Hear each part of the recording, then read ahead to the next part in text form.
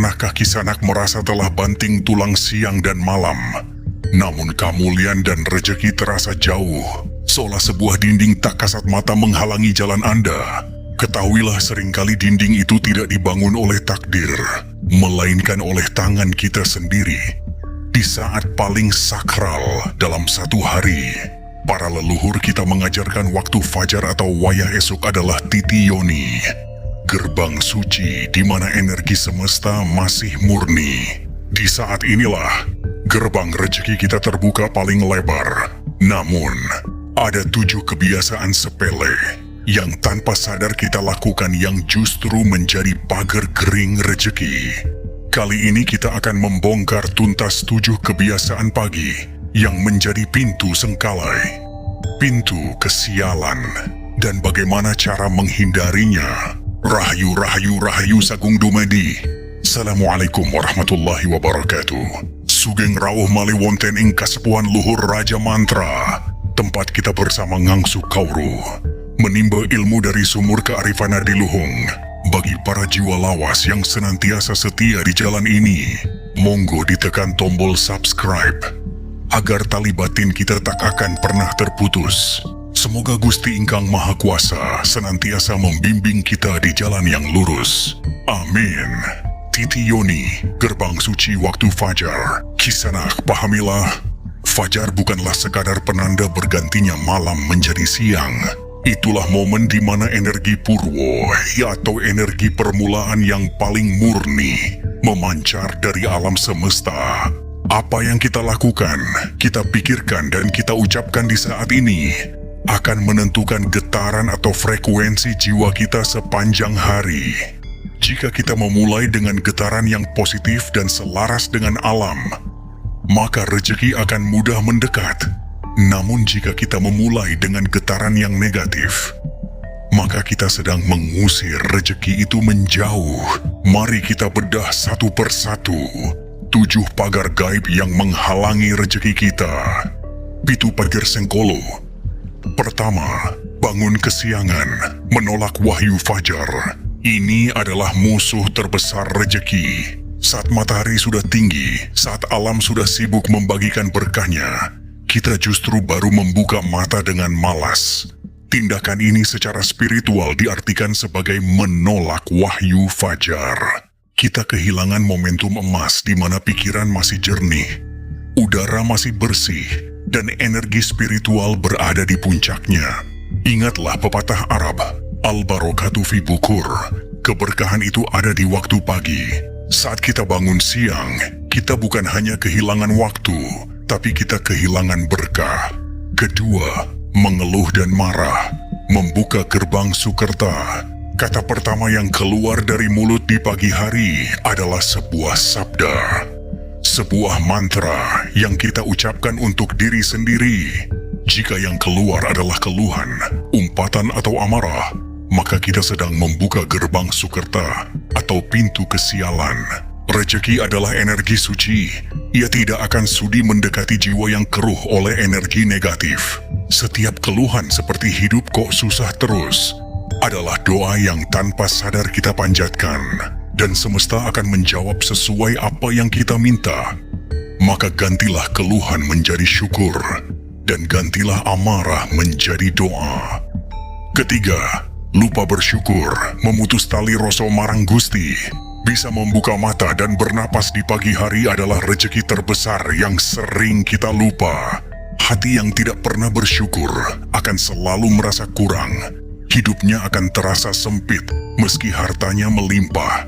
Ingatlah hukum alam. Sopo sing nandur bakal ngunduh. Siapa yang menanam rasa syukur akan menuai kelimpahan. Siapa yang menanam rasa kufur akan menuai kesempitan. Ucapkanlah dengan tulus, matur nuwun Gusti, kagem dinten niki. Terima kasih Tuhan untuk hari ini. Keempat, malas merapikan diri, ngerangkul kahanan awut-awutan. Penampilan adalah cermin jiwa. Malas merapikan diri, membiarkan tempat tidur berantakan, dan berpakaian seadanya di pagi hari adalah pertanda bahwa kita sedang ngerangkul kahanan awut-awutan atau memeluk keadaan yang kacau. Secara spiritual, ini mengirim sinyal ke alam semesta bahwa kita tidak siap menerima anugerah. Rezeki sering datang melalui perantara orang lain. Dan bagaimana orang lain mau percaya pada kita jika kita sendiri terlihat tidak bisa mengurus diri? Merapikan tempat tidur adalah laku spiritual kecil yang melatih kita untuk menata hal besar dalam hidup. Kelima, menunda-nunda ngulur waktu di pangan kolo. Menunda adalah pencuri rezeki yang paling halus. Di pagi hari saat energi sedang di puncaknya, kita justru berkata nanti saja. Di dalam kepercayaan kuno, saat kita mengulur waktu, kita sedang memberi kesempatan pada Batara Kolo, dewa waktu yang bersifat merusak, untuk memakan kesempatan kita. Orang-orang sukses bergerak cepat di pagi hari. Mereka tidak memberi ruang bagi kemalasan. Lawanlah dengan aturan 5 detik. Begitu niat baik muncul, hitung 5, 4, 3, 2, 1, dan langsung bergeraklah. Keenam, langsung memegang HP, ngeracuni cipta ke lawan maya pada semu. Ini adalah kebiasaan modern yang paling merusak energi pagi. Saat baru bangun, gelombang otak kita masih sangat jernih dan mudah menerima wangsit atau inspirasi. Namun jika kita langsung mengisinya dengan banjir informasi dari ponsel, berita negatif, pameran di media sosial, maka kita sedang ngeracuni cipta ke lawan maya pada semu, meracuni pikiran dengan dunia palsu. Hati menjadi gelisah, iri dan pikiran penuh sesak. Energi positif kita terkuras bahkan sebelum kita mulai berkarya. Buatlah aturan. Jangan sentuh ponsel minimal 1 jam pertama setelah bangun. Gunakan waktu itu untuk hening cipta, menyatu dengan diri sendiri.